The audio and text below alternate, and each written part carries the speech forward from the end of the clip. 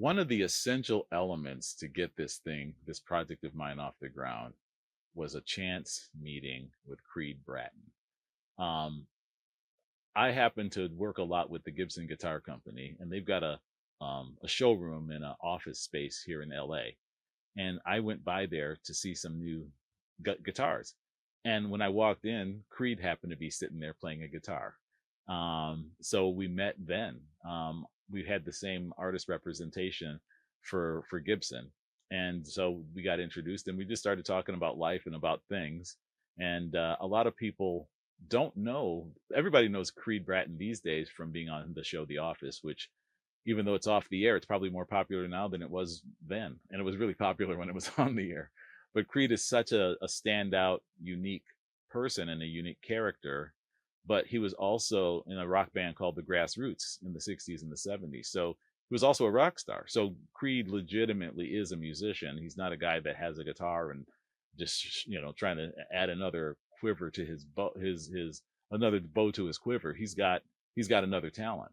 So he sings, he plays guitar, so he loves music for music's sake. And he's a polymath. He's good at lots of things. And so the two of us were able to have lots to talk about.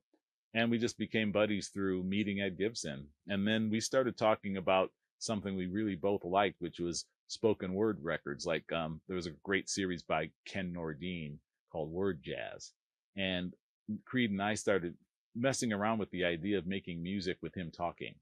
And that's when I had already started working on my Bernard Herrmann project.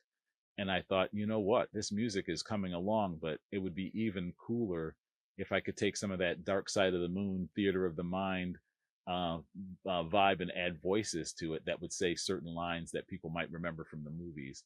And I thought, well, if anybody could do this, it would be Creed, because he's got a great voice. He can say things 5 different ways and they have 5 different meanings. People like Frank Zappa had a similar ability to just manipulate a phrase just by the way they said it, or even just the expression on their face. And Creed he's great. He's known as a comedy actor, but most comedy actors are great at doing drama also. And they're great at doing other things because they're great at mimicking things. So I said, why don't you come over? And he was coming over anyway, because we were working on these other ideas. And I said, here's some lines from these movies. And we really honed in on Psycho.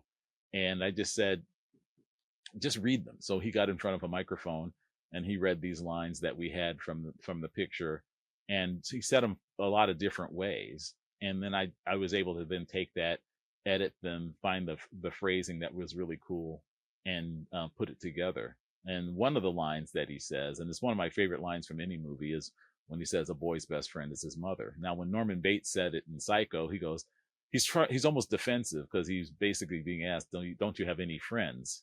And his response is, well, a boy's best friend is his mother. He was justifying his situation. And I said, let's say that a few times. And Creed went from a boy's best friend is his mother, a boy's best friend is his mother, until we get to the end where he goes, a boy's best friend is his mother. And I thought, okay, now I'm getting scared. And I thought, this is awesome. So we did that. That's how we met. That's how it started.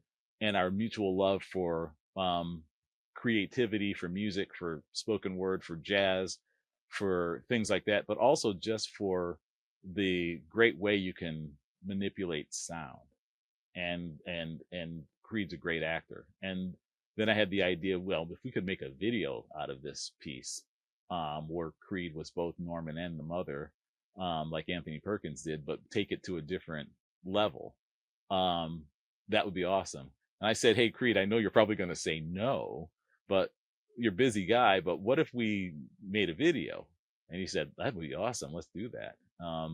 So we did. A friend of mine is Donna Scott, who was married to Tony Scott, who made, of course, a bunch of great movies. And they had an office in Hollywood that had lots of different types of rooms. Each room was different. There was a kitchen. There was another room that almost looked like a barn. There was all this stuff that just happened to be the way the office was. It was one of those 1970s built, Santa Monica Boulevard type places. So it was very eclectic, and we were able to use different rooms almost as different locations. So when we made the video, it looks like it's shot in several places, but it's all shot in one place. But Creed was really game. He's really game.